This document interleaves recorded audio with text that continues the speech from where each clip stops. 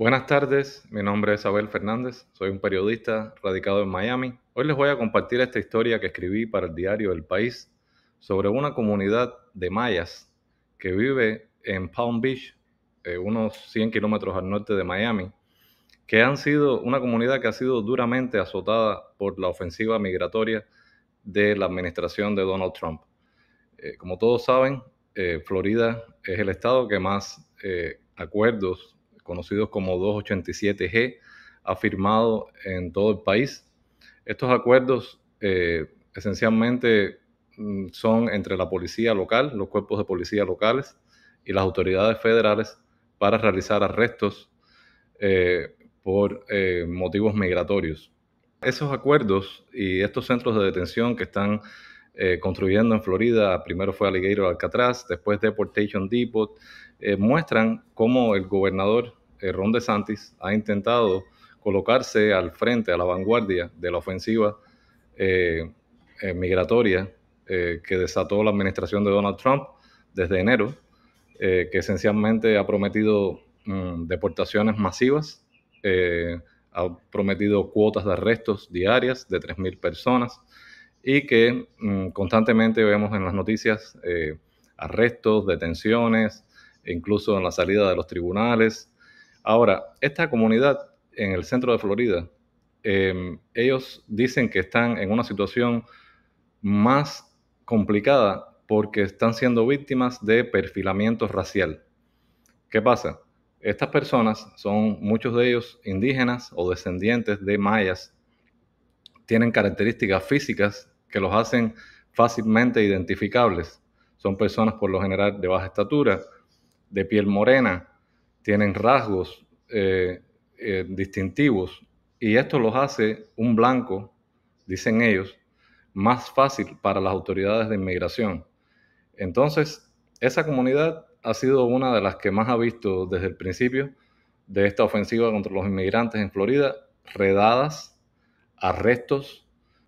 Esta comunidad de maya está en el centro de Florida, esencialmente en la zona cerca del lago Okeechobee, que es una zona donde hay bastante agricultura, desde los años 80, cuando se estima que cientos de miles de personas de origen maya huyeron de Guatemala por el genocidio que estaba siendo perpetrado por la dictadura del general Efraín Ríos Montt en Guatemala. Se estima que esa dictadura, ese régimen militar dejó unos 200.000 muertos, en su mayoría indígenas y campesinos mayas. Las personas huyeron masivamente y muchos llegaron a Florida y encontraron que cerca del lago Okeechobee, en la agricultura, había trabajo abundante y se asentaron ahí las primeras comunidades y luego vinieron otros, incluso años después, desde los 80, hace 4 décadas, que esas comunidades han ido creciendo, después han venido más gente, también huyendo de la pobreza, huyendo del narcotráfico, de la situación de conflicto social en Guatemala. Fue una historia realmente difícil de reportar, ver todas estas personas en la situación tan triste que se encuentran, niños que se han quedado solos porque sus padres los han deportado. Eh, mm, Hablé con una señora que a su esposo lo detuvieron la semana pasada. Ella lleva casi 30 años en Estados Unidos, el esposo también, tienen 4 hijos. A él lo arrestaron, lo detuvieron en un lugar que estaba trabajando. Ella dice que eso fue perfilamiento racial, que lo ven, la forma en que luce, y enseguida van y le preguntan, ¿tienes documentos? A ver, ¿qué documentos tienes? Buscaron en la base de datos y él tenía había sido detenido manejando en estado de embriaguez hace 20 años. Ella dice, bueno, hace 20 años cuando él tuvo ese incidente, él pagó su condena, o sea, su licencia se la suspendieron, fue a la corte, hizo sus horas comunitarias, pagó su multa, se arrepintió, nunca más ha tenido problemas. O sea, fue un error que cometió hace 20 años. Dice que por esa razón lo circularon con las autoridades migratorias que emitieron una orden para su detención y lo detuvieron. Hay un centro en esa comunidad que se llama el Centro Guatemalteco Maya, que es una organización de ayuda comunitaria, donde desde el comienzo de esta comunidad, desde los años, bueno, el centro se creó en 1992, hace más de 30 años. Desde que se creó, lo que se han dedicado es ayudar a las personas a hacer sus documentos migratorios, a enseñarlos de leyes y derechos en la Florida. Y entonces el centro los ha ayudado a obtener a legalizar su estatus, a hacer sus trámites migratorios, a que proteger sus derechos y toda esa serie de cosas, ¿no? Pero en los últimos tiempos, me dijo la directora del centro, a quien entrevisté, lo que se han dedicado esencialmente la directora se llama Mariana Blanco. Es una muchacha relativamente joven, tiene 32 años y hace como 5 años que es la directora del centro. Ella me dice que en los últimos tiempos lo que se han dedicado es a preparar lo que ella llama planes de contingencia para cuando estas personas son arrestadas, qué hacer. Sus familiares, por ejemplo, qué hacer con los hijos. Entonces hacen un poder legal para que otra persona se quede a cargo de los hijos si a ellos los detienen. En la semana que yo hice la historia, que fue la semana antes pasada, 7 niños de la misma familia, cuyos padres fueron detenidos, fueron arrestados un día que salieron a buscar desayuno. Los niños se quedaron solos en la casa. Los niños tienen entre 2 y 12 años. Esperaron horas y horas hasta que la casera, la dueña de la casa, porque ellos lo que alquilan es un cuarto, un pedazo de la casa, les tocó y dijo, mira, sus padres lo llamaron, que los arrestaron por inmigración, y los niños se quedaron solos. Esto fue el 16 de agosto y la semana antes pasada, o sea, estuvieron un mes y medio solos a cargo de la casera. La casera se ocupó de ellos, los padres les habían dejado un poder legal, no faltaron ni un día a la escuela, hicieron todas sus cosas, pero al final se fueron para Guatemala.